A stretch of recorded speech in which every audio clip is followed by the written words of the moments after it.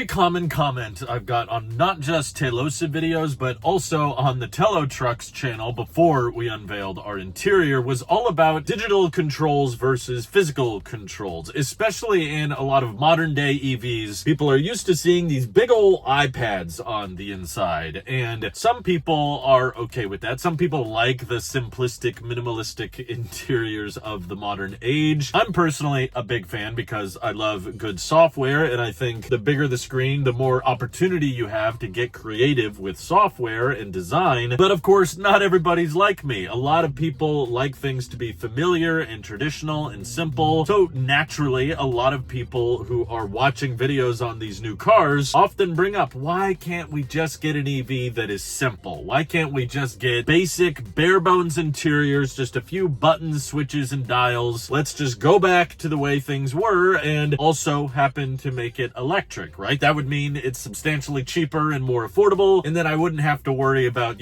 adjusting so much on a screen. I wouldn't have to worry about scrolling and tapping the right thing, and I could reach and feel for the physical controls without having to take my eyes off the road. It's a valid question. It's a very reasonable request a lot of people have, and I'm not trying to downplay that question or that request at all, but at the same time, I'm also going to be saying you may think you want that, but you might not actually realize what you're asking for. See, I'm actually excited to talk about this because I've been in a lot of the meetings with actual vehicle manufacturers now that I've worked at Telo for almost a year, and I can tell you from the experience from being a fly on the wall during some of these meetings that the physical controls, they're not actually cheaper. See, like it or not, electric vehicles are computers on wheels. That's not a design decision. That's literally just how they are, or at least electric vehicles as we know them today. Sure, there were a lot more simple analog EVs like maybe back in the 90s or 70s, like the city car or the EV1, or even back in the early 20th century, they had some very, very basic electric vehicles that you just plugged in, you kind of trickle charged them. They didn't have very good range, but they could go moderately fast and they could get you where you wanted to go. But in today's modern world, and the whole reason electric vehicles are becoming more popular each day, it's not because they revitalized the basic bare bones EV. We had to attach computers to these massive battery packs in our cars in order to get them to perform the way we expect a gas vehicle to perform, especially when it comes to things like battery conditioning. So you want your battery to work even if it's really cold or really hot outside, right? Well, that takes a computer. That takes some kind of silicon and electronics to be monitoring the state of the battery pack and remind it to, hey, kick on when it gets too hot so that we can cool it down. Or if you're about to arrive at a fast charger, we need a way for the battery to get warmer so that you get adequate fast charging speeds once you plug in. You also want a way to precondition the cabin, right? When you come out to your EV,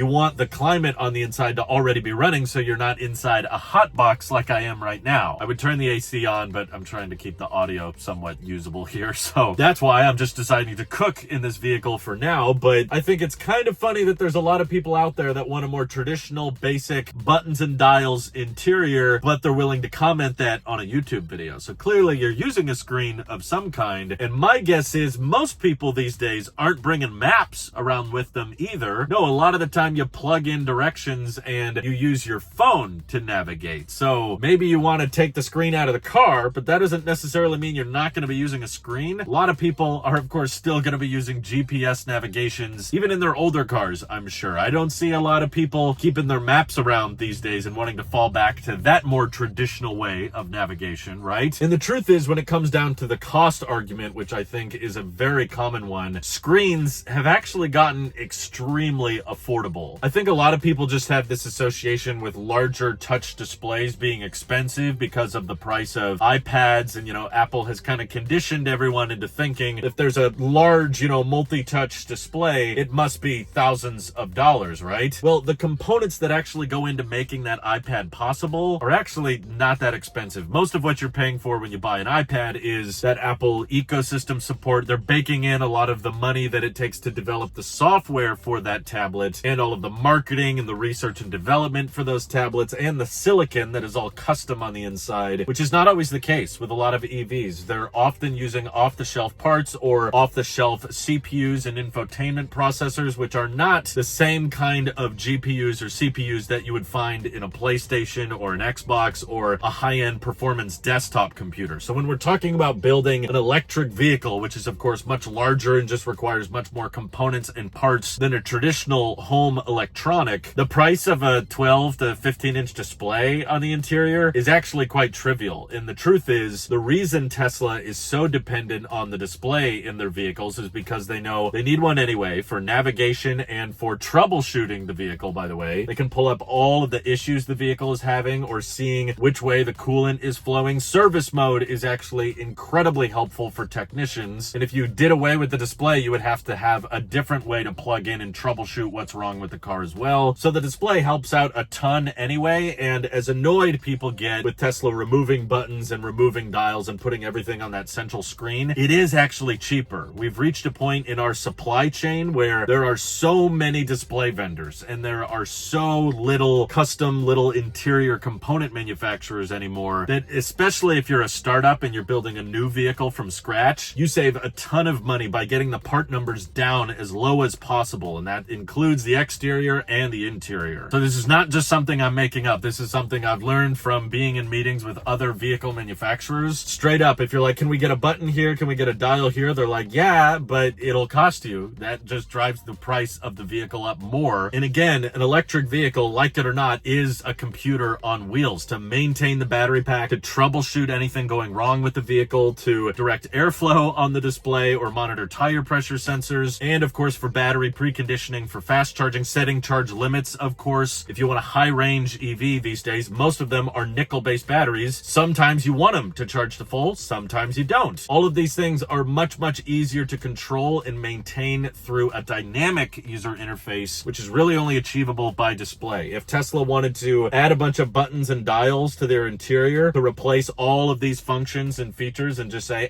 for navigation, I guess you can use your phone, but for fast charging and for setting charge limits and for maintaining HVAC controls and for service technicians, adjusting mirrors and opening and closing doors and frunks, if we added buttons and dials for every one of these controls, it would actually drive up the price of the interior more, and you'd be losing some entertainment features like getting rid of Tesla Theater Mode or getting rid of the internet browser or the video games. A lot of things that people actually appreciate about their modern connected cars would go away, and the price of the vehicle would actually not go down. But I understand a lot of people out there are like, well, I can use the screen on my phone because I operate that, when I'm just like going about my day casually. But a car is a much more safety focused vehicle. I have to keep my eyes on the road, and a lot of people look at the display as a danger or a distraction. But the truth is, I think most vehicle manufacturers know there's a delicate balance to get right. The answer is not purely in putting everything on the screen or purely putting everything in a physical dial or switch. The sweet spot is making sure that the settings and controls that you need to adjust on the fly, that you would need to adjust regularly, are physical, are analog, but a lot of those features that you don't need to adjust constantly, but you do need to check in on every once in a while, those are much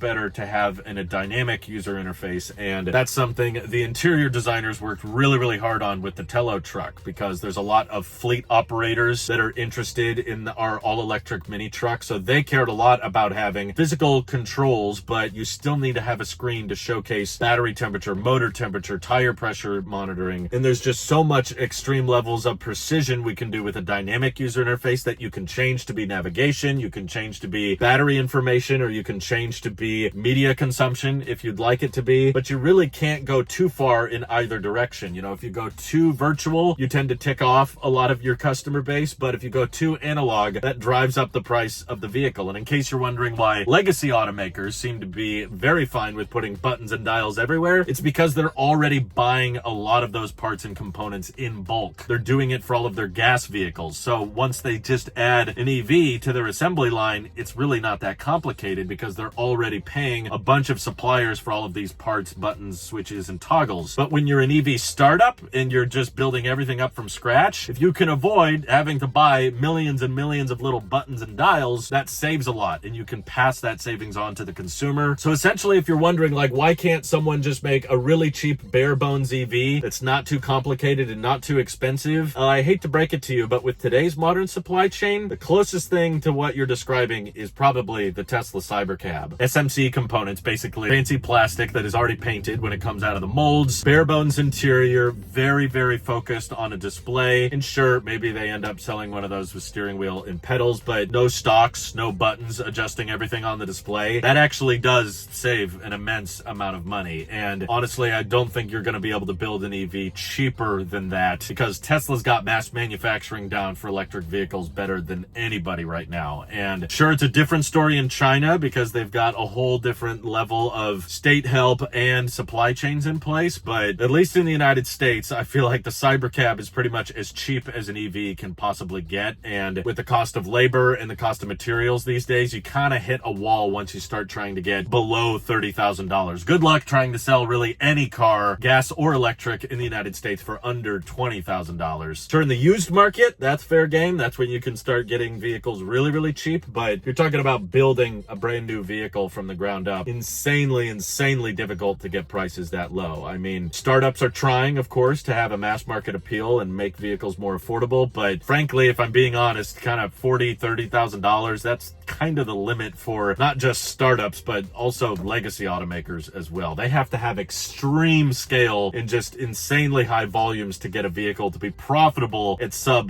$30,000. But what do you guys think? Should vehicles try to go backwards and focus more on analog controls? Bollinger, another EV startup, tried to do that with their B1 and B2 vehicles. I respect them for being original and trying to go against the grain a bit and just have no screens and just have dials and switches for everything, but they struggled to get that vehicle to market, likely because overall it was just too expensive to mass produce. And now they're focused more on commercial vehicles, which have, of course, much more modern interiors with screens and more off-the-shelf components. And I wish them all the best. We haven't talked about them on this channel for a while, but just thought I'd give them a shout out for anybody out there who thinks, is anyone trying to make a simple analog interior for an EV? They are, but tends not to scale all too well. Anyway, feel free to let me know your thoughts down in the comments below. And thank you to everybody supporting this channel directly. Seriously, helps us out a ton, as does just watching these videos. So thanks again. Have an excellent rest of your day.